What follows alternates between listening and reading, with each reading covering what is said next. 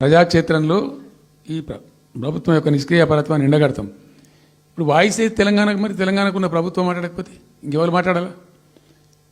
మాకు రెండు బాధ్యతల్ని, ఒకటి తెలంగాణ తెచ్చిన పార్టీగా, రెండవది ప్రధాన ప్రతిపక్షంగా కూడా కంపల్సరీ మా డ్యూటీ మేము చేయాలి.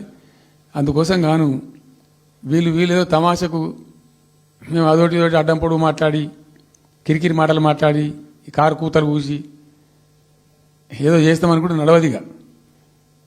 ఈ ఏళ్ళ దాకా వేరే కథ, రేపటి నుంచి వేరే తోలు తీస్తాం. ఎక్కడికక్కడ ప్రజలు ఖచ్చితంగా ఎక్కడికక్కడ నిలబెట్టే ప్రయత్నం చేస్తాం. అడుగున చెక్ చేస్తాం, ప్రతి విషయంలో చెక్ చేస్తాం. Sufficient time we have given. మేము తొందరపడి మేము ఎందుకు కన్నెర్రయ్యి మా ప్రభుత్వం పోయింది వీళ్ళు వచ్చింది అనేటువంటి ఒక పిచ్చి అయ్యి అట్లా మేము చేయలే, అటువంటి వాడికి పోలే. ఇష్యూల మీద పోరాడుతున్నాం, ఒకే ఫీజు రియంబర్స్ మీద పోరాడుతున్నాం, ఇంకోటి పోరాడుతున్నాం, రకరకాల భూదందాల మీద, దోపిడీ మీద, లగచర్ల మీద, గిగచర్ల మీద పోరాడుతున్నాం. పార్టీ కొట్లాడుతున్నది, తప్పదు కాబట్టి కొట్లాడుతాం. ఇప్పుడు మొత్తం మొదటికే ముప్పొచ్చే పరిస్థితి ఉంది. అటు గోదావరి మీద అరాకిరి చేసి చంద్రబాబు నాయుడు, ఏపీ ప్రభుత్వం నల్లమల సాగరు, ఈ సాగరు, ఆ సాగరు, అటు గోదావరి దోపిడీ జరుగుతూ ఉంటే దాని మీద సప్పులు లేదు.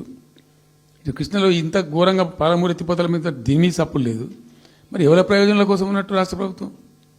ఏం చేయడానికి ఉన్నట్టు? ఏం జరుగుతున్నట్టు రాష్ట్రంలో? కాబట్టి ఎట్టి పరిస్థితుల్లో నేనే స్వయంగా రంగంలో దిగాలనుకున్నా. దీనం ఈరోజు డిసిషన్ అయిపోయింది. 2-3 రోజులలో, 2-3-4 రోజులలో, రాబోయే 3-4 డేస్లో ఆయా జిల్లాల నాయకులతో సమావేశమై ఖచ్చితంగా చాలా పెద్ద ఎత్తున అక్కడ గ్రామానికి డప్పు కొడతాం, మొత్తం సభలు పెడతాం, కవులు, గాయకులు, కళాకారులు అందరినీ తట్టి లేపుతాం. మీ పత్రికా విలేకరులను కూడా రిక్వెస్ట్ చేస్తాం. అక్కడ జరిగే అన్యాయాన్ని, ప్రజలకు జరిగేటువంటి అన్యాయాన్ని, ఈ జలదోపిని అరికట్టాలని, ఈ కేంద్ర ప్రభుత్వం అవలంబిస్తున్న విధానాన్ని కూడా తప్పకుండా చేస్తాం. ఇన్ని రోజులు ఒక రకంగా పోయినాం, కానీ తప్పేటట్లేదు. ఇప్పుడు ఎవరితోనైనా సరే కొట్లాడతాం, తెలంగాణ కోసం భయపడం, యాందాకాన్ని పోతాం, ఈ కొండ మీద గోపైనా సరే కొట్లాడతాం.